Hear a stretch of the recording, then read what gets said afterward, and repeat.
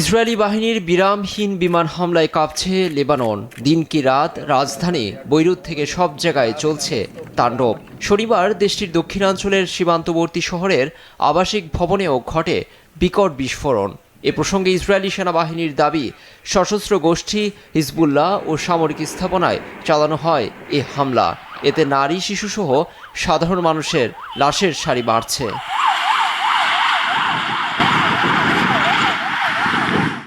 Israeli হামলায় হিজবুল্লাহর প্রধান হাসান নাসরাল্লাহর মৃত্যুতে চরম অস্থিরতায় মধ্যপ্রাচ্য। ক্ষোভে ফুঁসছে মিত্ররা। তবে তার মৃত্যুকে ঐতিহাসিক টার্নিং পয়েন্ট আখ্যা দিয়েছেন ইসরায়েলি প্রধানমন্ত্রী বিনিয়ামিন নেতানিয়াহু।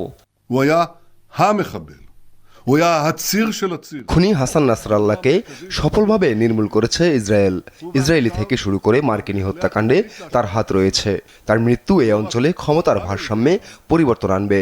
ইরানের আয়াতুল্লাহ খামেনি সরকারের উদ্দেশ্যে বলছি, যারা আমাদের আঘাত করবে আমরা একইভাবে জবাব দেব। আমাদের হাত ইরান থেকে সব জায়গায় পৌঁছাতে পারে। ইতোমধ্যে তা সবাই দেখেছে।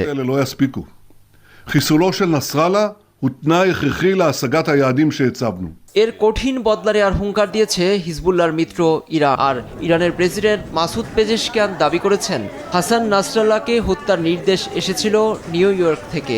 এ পরিস্থিতিতে করণীয় নিয়ে নিরাপত্তা পরিষদে বৈঠকের আহ্বান জানিয়েছে দেশটির সরকার। লেবানন, ইসরায়েল এবং গাজা ইস্যুতে চাপের মুখে মার্কিন প্রেসিডেন্ট জো বাইডেন। গাজার পর লেবাননে হামলা না থামানোর ব্যর্থতার দায় তার উপরই বর্তাচ্ছে।